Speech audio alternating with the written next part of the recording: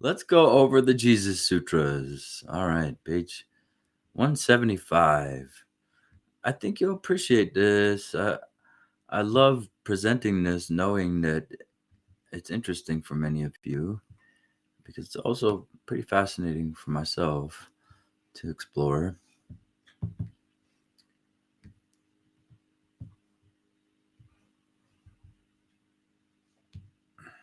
Look at this, everybody. Original nature, not original sin. Hmm. And see, what gives these a lot of credit in my eyes is that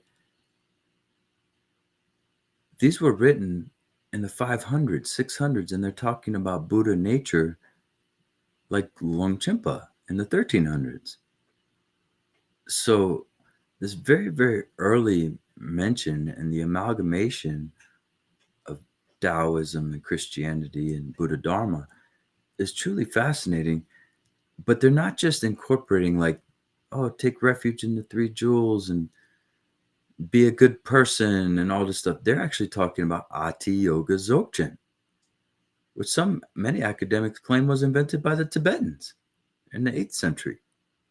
So here you have indisputable proof in these documents that were discovered in a cave, Dunhung Caves. You have indisputable evidence, proof that Buddha nature wasn't invented. Dzogchen wasn't invented by the Tibetans. It was just, kept very secret. It was dodging a lot of persecution throughout the years.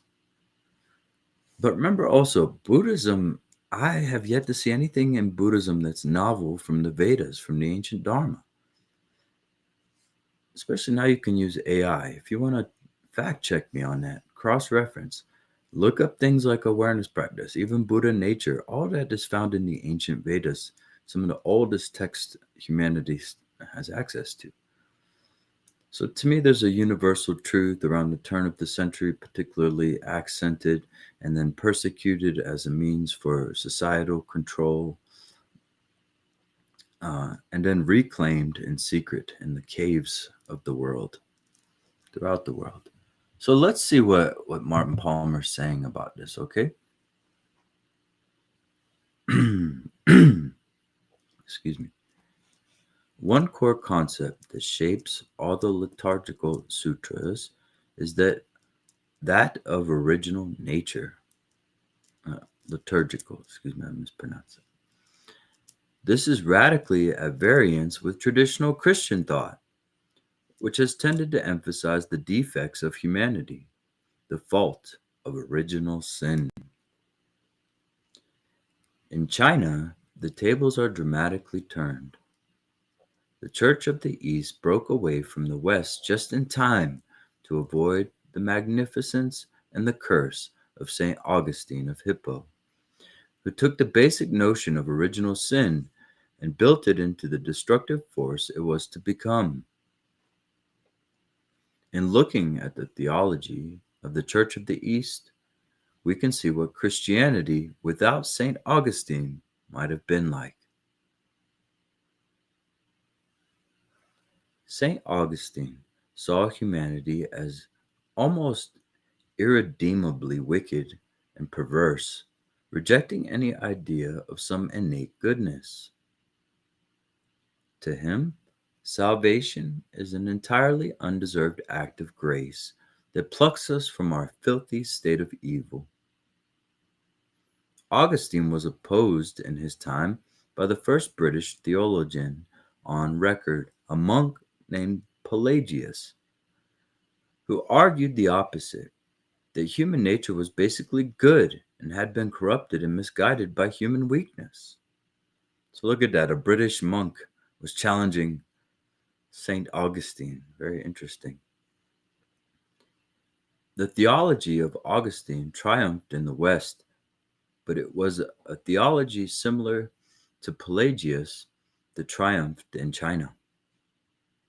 Isn't that interesting that we have British monastics making their way, such a strong influence and preservation, all the way to Silk Road in China, like north of Tibet, even. So the Tarim Basin, way up there. So it says the term original nature or innate nature occurs in both Taoist and Buddhist thought.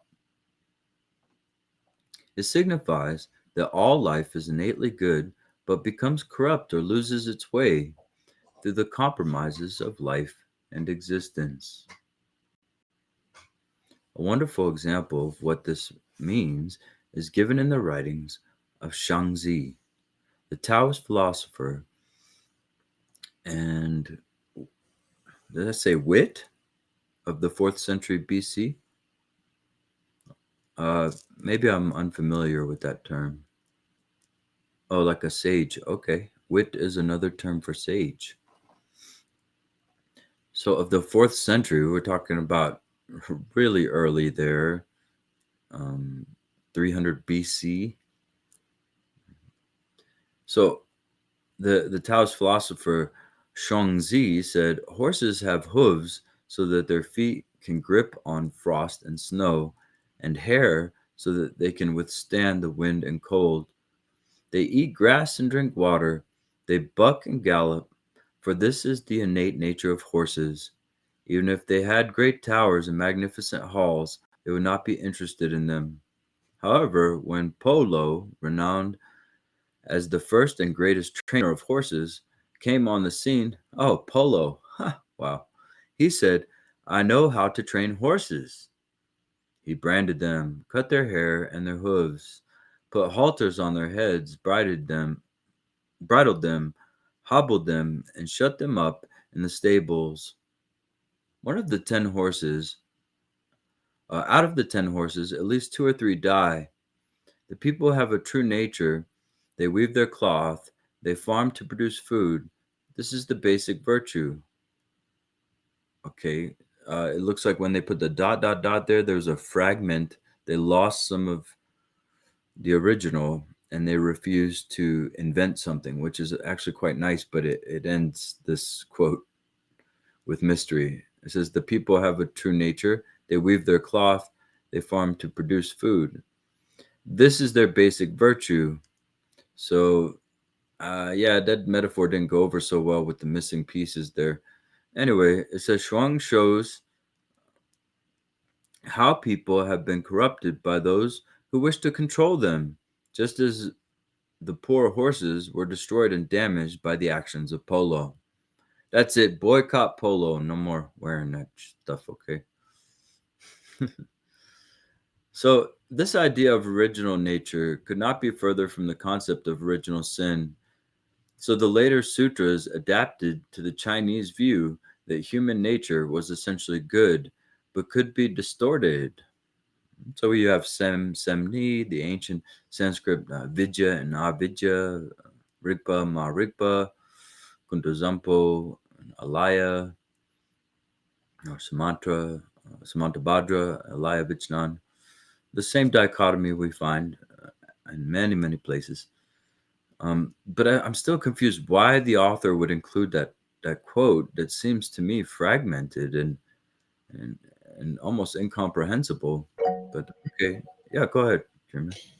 Yeah, I guess I just wanted to share my interpretation of the quote. I think he was saying that the horses just naturally have this way of being, and then Polo comes around and does all these things that now makes them difficult to ride, and they possibly even die. See, I guess the idea being you didn't even have to do that. They have their own original nature. You didn't need to meddle with it. At least that's what I understood from it. And then maybe that we don't need to meddle with our original nature, that we don't need to meddle with it. Yeah, I guess, yeah, something like that. Oh, that actually is very Dzogchenish. Nice. Thanks. Well, thank you for helping decode that. Okay, so I just continue on a little bit here. Now remember, the next chapter is very fascinating. It's going to have the actual sutra on Buddha nature. Now, this is just a little introduction that I found interesting. So the idea of original nature could not be further from the concept of original sin. So here we're getting this comparison, right, between the two ideas that humanity is corrupt beyond hope, and you got to You got to wait for pie in the sky, right? You have to wait till you die to get any redemption. But then you have this other idea, which we subscribe to, or maybe follow the advice of, is that um, there is purity here, there is good here, and this is just a matter of realization rather than believing that you have to believe in yourself, or you have to believe that the world is good. You don't have to believe in it. You just need to relax the beliefs that it's not good, the distortions. Once the distortions relax, there's natural perfection there. Sin means without. I've heard various translations of that. I am not a theologian, so I'm probably the wrong person to ask about that. So let's see. It says, so the later sutras adapted to the Chinese view that human nature was essentially good, but could be distorted. In these Christian sutras from China is the shape or outline of a post-Augustinian theology that the West itself needs in order to become free from the burden of original sin and thus reconfigure or rediscover Christianity. Hey, I'm on board with that sentiment, but Christianity is now a propaganda, so it's just being spoon fed to people. They don't have free thinking, they don't have their own ability to discover the outer, inner, and secret. They're just being fed the outer prescription. And if you don't go along with that, you're persecuted. Now you're just socially persecuted instead of physically persecuted, and you're ostracized and things like that. So go ahead, Oza. Yeah. Just to give some context, this text that they mentioned, the Changshu text, is I think from chapter 9, and they just removed this like centerpiece because it just gives more examples. For example, it says talks of the potter and the carpenter and so forth, and the continuing the text. But I think the main point from the original is that people don't really know how to control other people if they do not go along with their basic nature, if they go against the Tao. Maybe that's kind of my understanding. Okay. Guillermo and I already established that. That was like a paragraph ago. You should Yeah, I have know. jumped in. You should have jumped in there. I was We already got that point. Yeah, that you don't need to mess with your own nature. It's already good. I was making sure whether the part you mentioned was lost or if it was actually a thing. It's still in there. They just decided to leave it out. Yeah. Okay. Making it borderline incomprehensible. Yeah, kind At least to me. of. Same. Okay, thank you. Okay, there's a little bit more of this text here, so let's go into it. And thankfully, we were able to decode that part because it might have confused some people that were reading this book. So anyway, it says, very interesting that this is being framed as basically, well, if Augustine hadn't come along and and basically reinvented Christianity, it may look a lot like the Dharma. That makes a lot more logical sense than anything else. Christian thought before early. So it says here, given the original sin was unknown as a central theme of Christian thought before the early 5th century, it is possible to agree with Pelagius that true Christianity holds a notion of original goodness.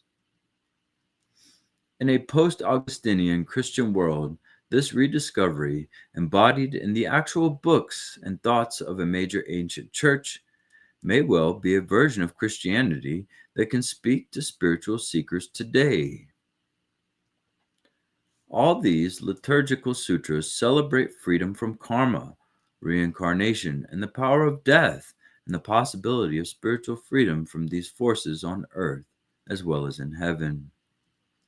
As Jesus said when asked by the Pharisees when the kingdom of God was to come, Jesus said, The coming of the kingdom of God does not admit of observation, and there will be no one to say, "Look here, look there." For you must know the kingdom of God is among you. Ah, yeah. Go, Jesus. Go, Jesus.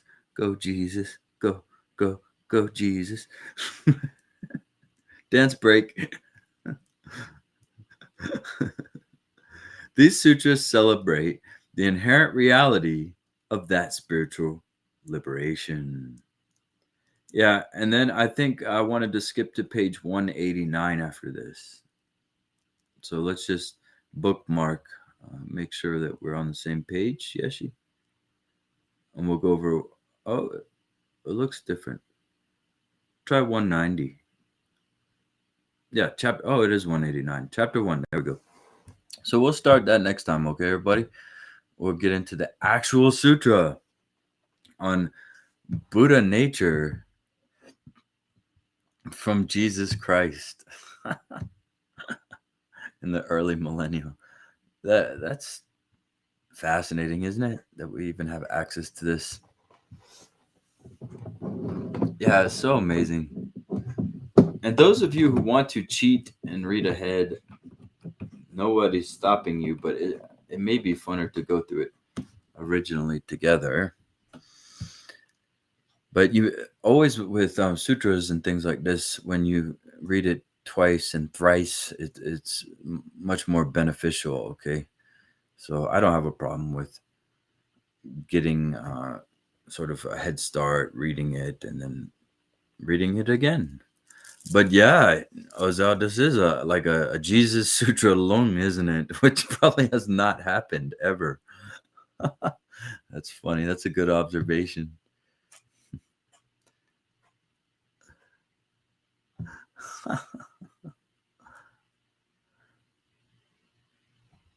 Yeah, well, that was great, everybody. Always love hanging out here, going through these texts together. Are there any final thoughts, comments, questions, anything? Thank you, Yeshi, for facilitating and all of your presence. I believe really that's what was meant by Christmas, and presents. They just reinterpreted that, and now it's all about all these gifts. But this is the real Christmas tree that we're under here with our presents. Okay, dad joke's not landing. Stop it.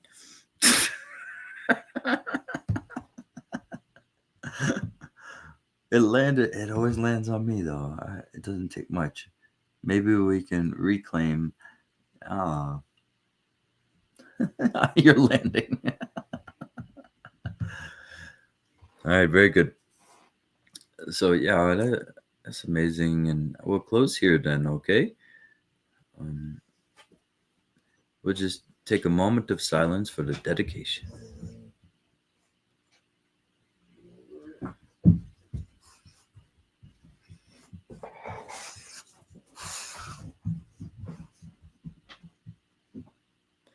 And deep bow to you, my fellow yogis. Have a beautiful day.